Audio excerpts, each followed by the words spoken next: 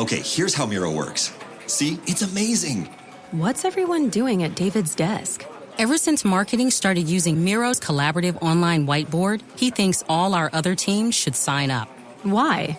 He says Miro's making his meetings disappear. And if every team gets on it, that means even less meetings. They're using Miro for brainstorms, mind maps, customer research. So could we use Miro instead of having another 100 meetings for every round of feedback? Yep.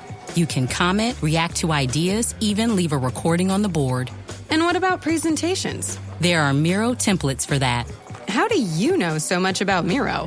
I've actually been using it all along. I just used a Miro board to plan the best vacation. Okay, I'm on board. See how Miro users save up to 80 hours every year by meeting less and doing more. Get on board at Miro.com with 3 boards free forever. That's MIRO.com.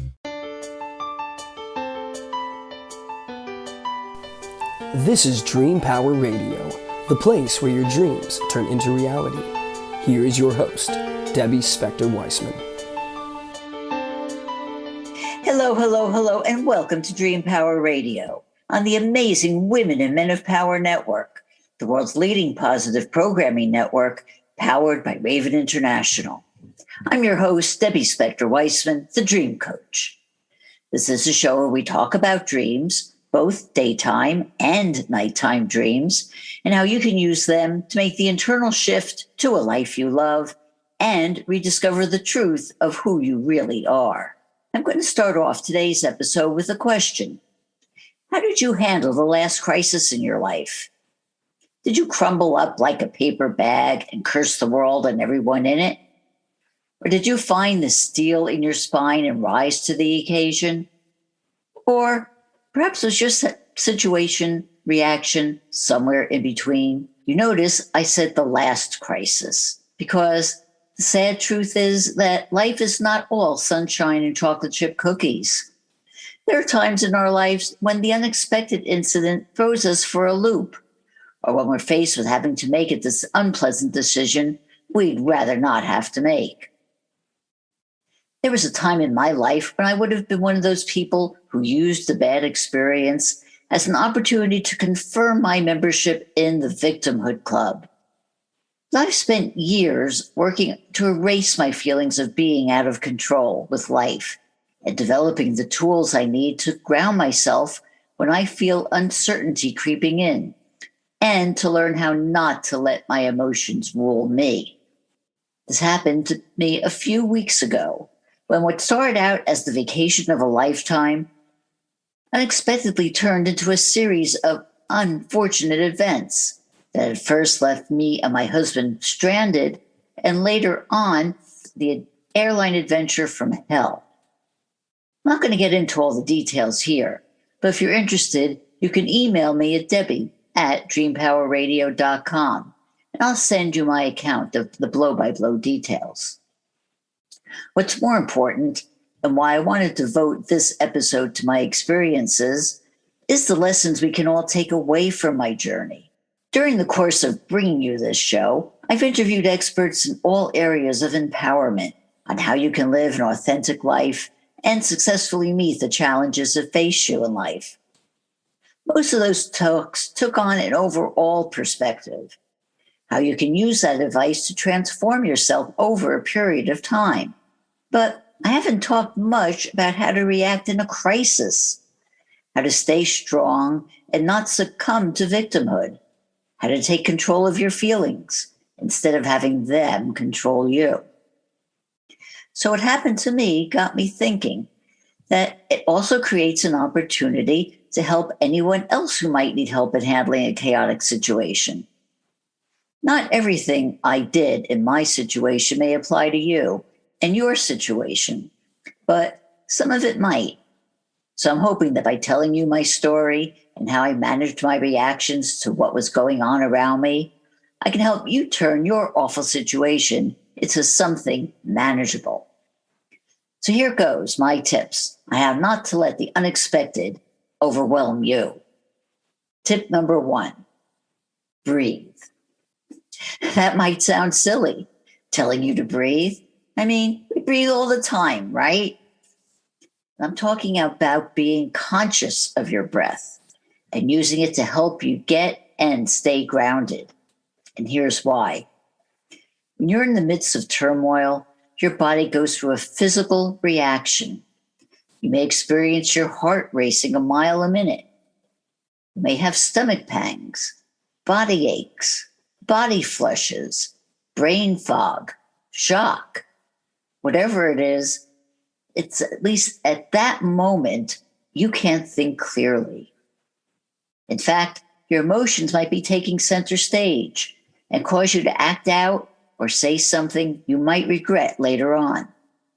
So the first thing you need to do is to ground yourself. And the best way I know how to do this is to focus on breath. Here's what happened to me. My story starts with something I would have thought I'd never experienced in my life. I was thrown off a plane, along with my husband and my dog. What made it worse was that the plane had already left the gate, but an overzealous flight attendant decided that our dog carrier didn't fit under our seat. And so she ordered the pilot to bring the plane back to the gate. Now, you don't know me except from what you hear from this show. But believe me, anyone who knows me would say I'd be the last person in the world to be thrown off a plane. But as soon as the doors opened, we were unceremoniously escorted to the jetway. Like I said, the old me would have fallen into victimhood, shouting, "Why me? How dare they treat me this way?" I would have been justified. After all, I'd flown with the same carrier on a similar JetBlue flight, and the airline would subsequently allow us to fly on 2 other flights without incident. So I had more empowering tools to work with now. First off, I had to deal with my physical reaction to what was going on. My heart was racing wildly, and I could feel the flush of redness overtaking my body. I knew I needed to calm myself down. So the initial thing I did was remember to breathe.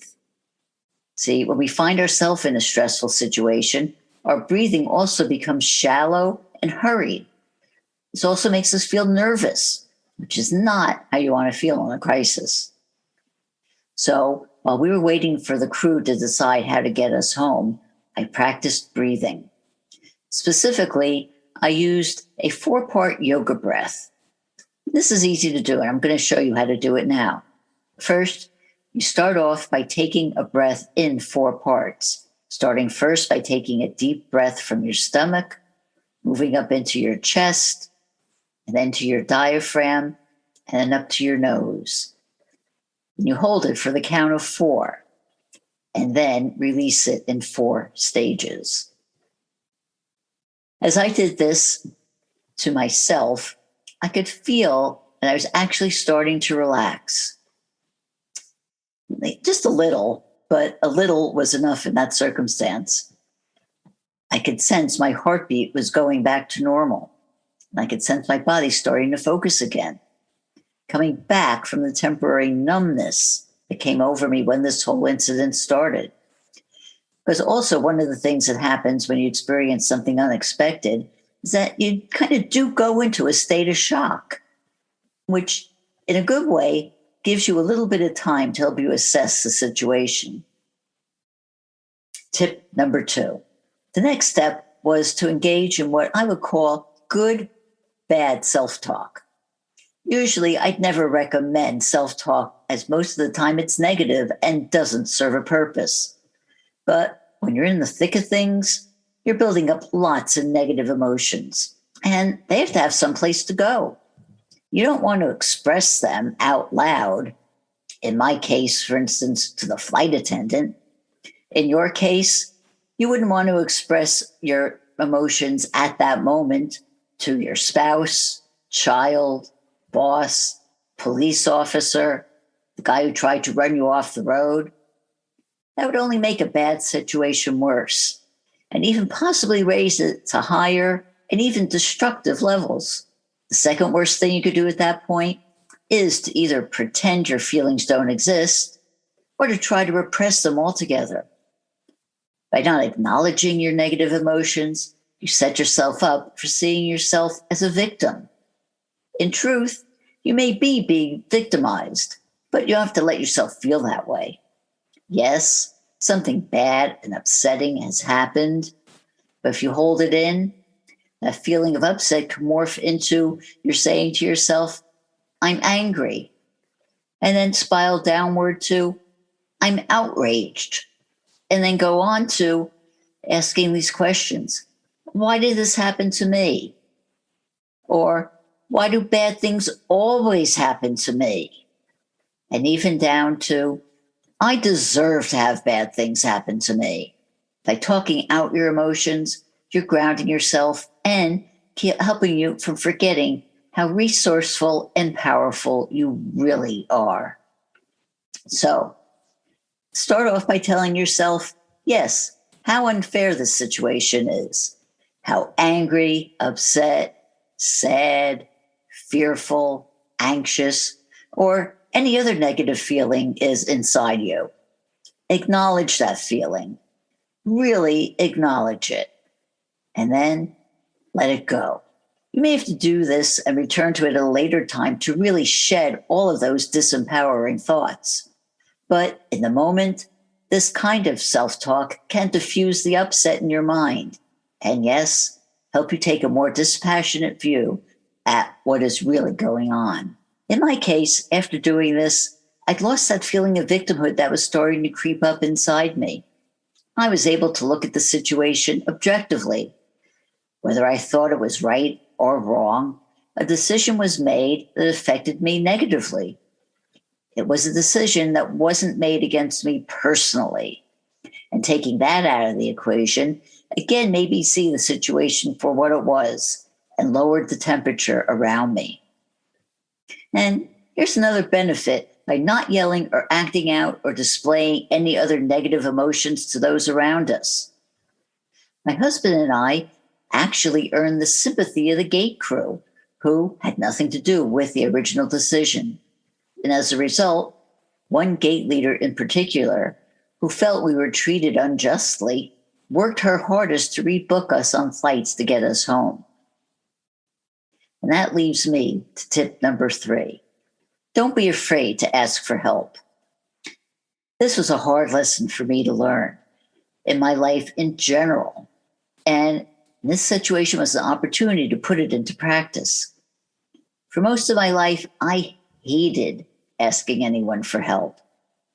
I think I was afraid the answer would be no. And that really kept me from reaching out to people for a very long time, even when it would have done me good.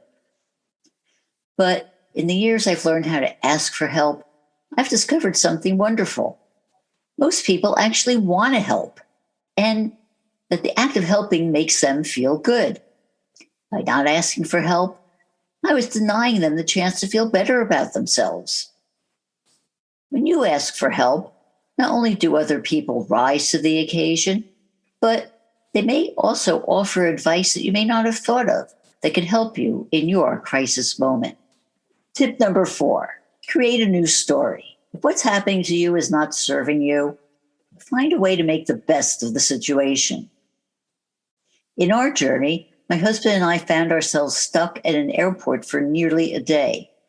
Believe me, if you've ever found yourself having to deal with a flight delay with little information about when it will end, you're far from your happy place.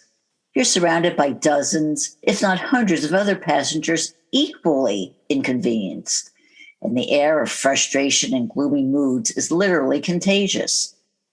That's where I was.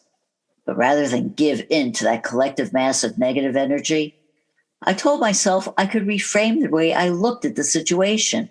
I kept telling myself what a great story this would make, the type of story I could laugh at in time, the type of story that would make good party conversation for months to come.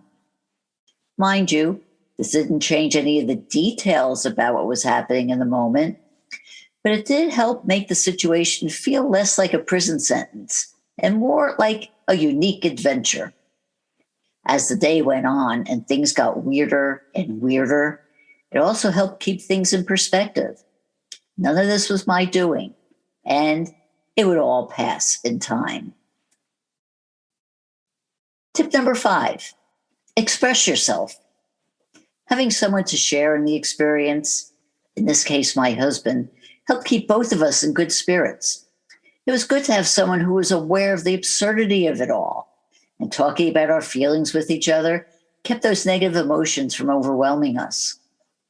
If you're having to deal with a chaotic situation on your own, see if there's someone you can reach out to, either by phone or text, or in the case of a collective situation, like in an airport, by striking up a conversation with a nearby person. A shared experience is always easier to deal with than one where you have to take on the entire burden. I'm going to continue on with my tips on how to cope with a chaotic situation after this short break.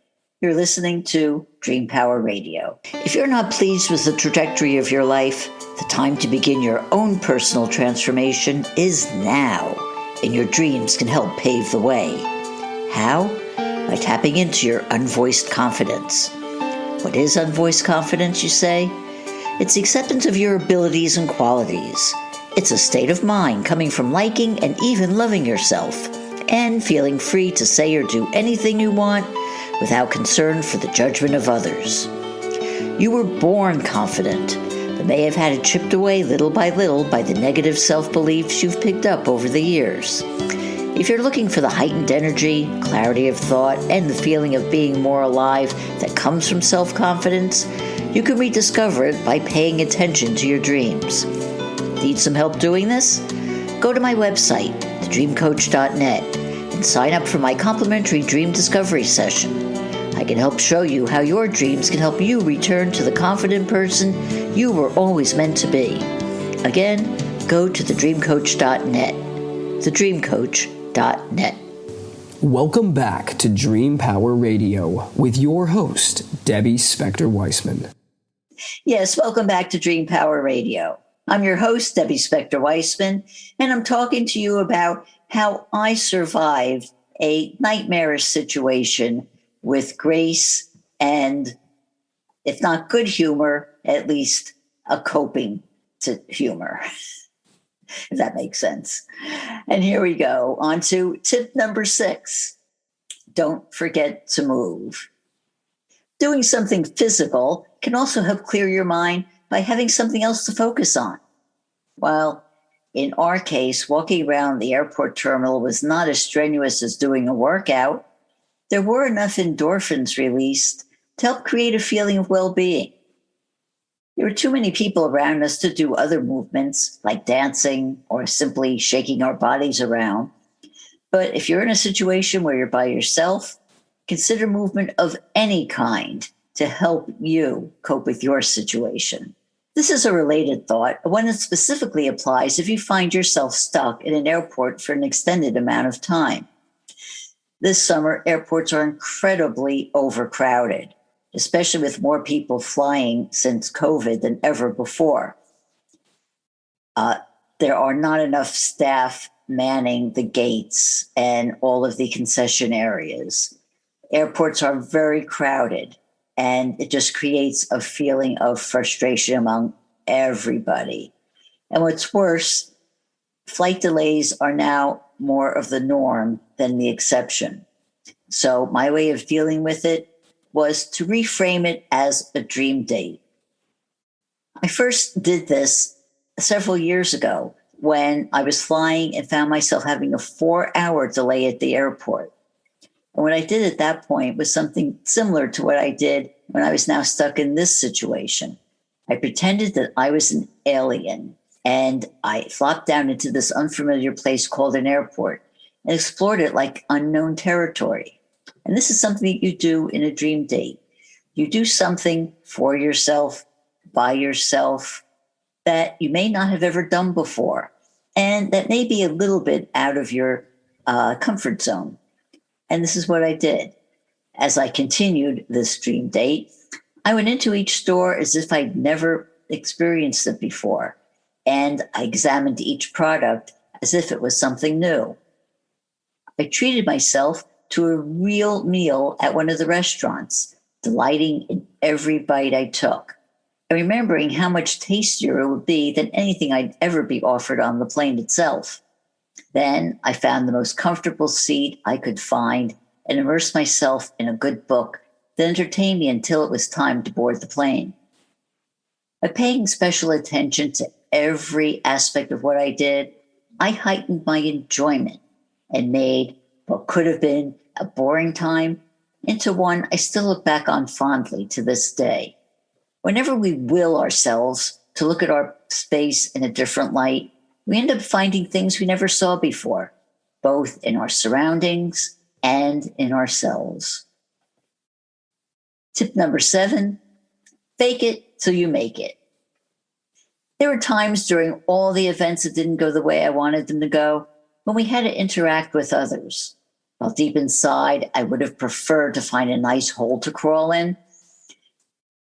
That was both unrealistic and an example of negative thinking, so I forced myself not to go there. Instead, I approached everyone I faced with a smile, regardless of what I'd been feeling at the time. This had a double effect. Forcing a smile actually raised my energy level and made me feel happier. Score 1 for smiles. And the effect it has on those around me and around you, if you smile when you don't feel like it, that effect is incalculable. In the case of the airline personnel we met, who were clearly overworked and stressed out themselves, smile was like money to them. On the day in question, nearly every flight was running late, and these people had to deal with scores of passengers, each one angrier than the last. I'm sure they appreciated my smiling face and the smiling face of my husband and the polite tone of our voices. And seeing their smiles in return helped make our own experience a little more bearable as well. Tip number 8, don't let the secondary emotions get to you.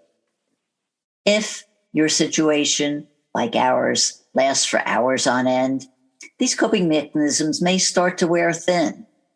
In my case, new negative thoughts started to creep in. I replayed the original incident on the airplane in my head. As I remembered the eyes of all the passengers on the plane that had already been running late, mind you, when I saw them looking at me, a feeling of shame came over me. I imagined all those people hating me for making their flight that much longer. I knew I had to let go of that feeling before it festered, so I quickly acknowledged it. I realized I was starting to create a story around it, a story that wasn't true, that all of it had been my fault, which it hadn't. And so I did what I had to do. I let it go. I created a new story. I did another round of yoga breaths to steady me, and then I was able to go on. Your secondary emotions might be different depending on your situation, but the end result is the same. Focusing on those emotions will leave you in a funk if you don't utilize these methods for acknowledging them and then releasing these emotions. One of the most dangerous emotions you may experience is fear. What's happening is horrible, and your thoughts might lead you to believe that you are experiencing danger, when in fact, it just might be an unknown situation that isn't yet resolved. There's a popular acronym for fear that I find useful in identifying it and dealing with it. False events appearing real. That when you examine it, helps make you realize that your fear is nothing more than a story you're creating in your mind. And like all stories, you can change it to one that will better serve you. I also like the fear acronym coined by my friend and mentor, Kelly Sullivan Walden. Face it, embrace it, ace it, and replace it, which touches on the same concept of looking at the situation from all angles and replacing the fear with empowering thoughts that better serve you. Tip number 9, visualization. If you have a little time during your crisis, doing a visualization exercise can help you cope with your situation. This was something I did when faced with another challenging time on our trip. In fact, the incident that led to us having to take a plane ride home in the first place. My husband and I started off our vacation during a road trip, but our pickup truck broke down on a freeway on what turned out to be the hottest day in history in the state of Oregon. While we waited for the tow truck to arrive, we were stuck in a vehicle whose temperature was rising by the minute. The heat had caused sweat to erupt from every pore of my body. I had some water to cool me down, but it did nothing to cool the inside of the truck. And not knowing how long we would be there was starting to make me feel anxious. I knew I had to do something to quell that fear. In this case, the fear might have been warranted. It was 113 degrees outside, and who knows how hot inside. I don't like to focus on age, but I'm in that age group that's most vulnerable to the effects of excessive heat. I didn't want to feel like I was in danger, so I decided on doing a little visualization exercise. I took some time to close my eyes and imagine I was someplace far, far away, an igloo on the plains of Alaska. In those moments, I was able to will myself to that image of snow and ice. I actually felt a little cooler. It didn't do anything to change the conditions I was in, but having at least a few moments in a different environment made me feel better. You see, our brains can't tell the difference between something real and something imagined. And as long as I could keep up that image of the igloo, I felt what it was like to be there, which felt a whole lot better than being in that hot truck. Your situation would most likely be different. I never wish being in a hot car on anyone. But if the circumstances warrant, picturing yourself in the place you'd rather be could calm your anxious feelings and provide some temporary relief. Tip number 10, sometimes bad is good. Last year, when I had a dark moment in another time of crisis, I got this message. Whether I'd heard it elsewhere or came up with it myself, I'm not sure.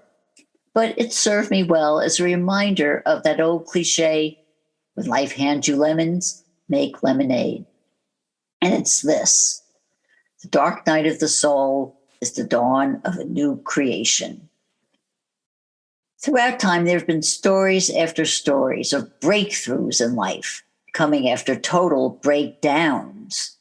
I've seen it in personal growth, in the stories of the creations of inventions or works of art, or new business ventures, all coming as a result of the personal reflection and inward contemplation following what others might call a disaster.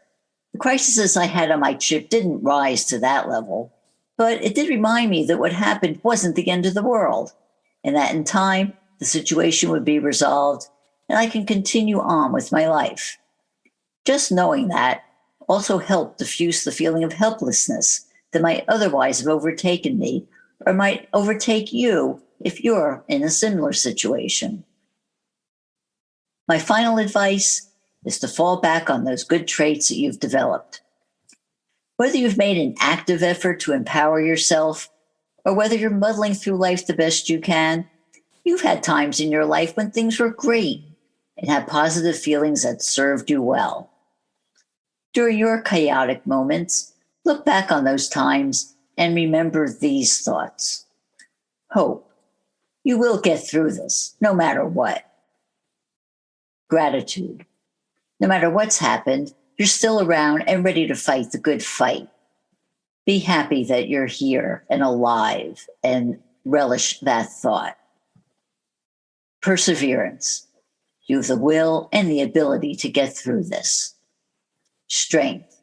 You're tougher than you think you are and can survive any challenge you face.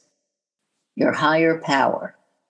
You don't have to be religious and believe in God to understand that there's a greater power out there who's got your back. That greater power might be your own mind. But whatever it is, reach out for it and ask it to be by your side as you work through the steps to handle your own chaotic situation. It is my sincere hope that life is all rainbows and unicorns for you. But when you're least expecting it and life throws you a curveball, remember you don't have to let it define you. Reach into your inner strengths. so you don't let your emotions rule over you and make you do something you might regret later. Use some of the tools I've given you here to help you stay in control of yourself and conquer whatever crisis might befall you. Well, that's it for today. I hope you've enjoyed today's program. If you have, please tell all your friends, follow me, and drop a positive review on your podcast site.